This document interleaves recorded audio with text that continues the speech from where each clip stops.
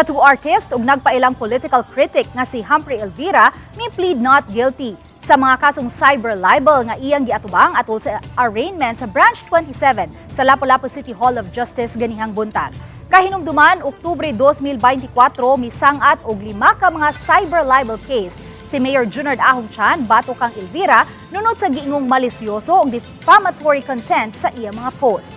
Pagka Nobyembre 2024, misangat og dugang cyber libel case batok kang Elvira sila si Kanhulaw Barangay Captain Rufo Bering ug ang usa ka mga kawani sa City Hall nga si Louie de los Santos. Ang akusado nga si Elvira ang administrator sa Facebook page nga kamatuuran sa Upon.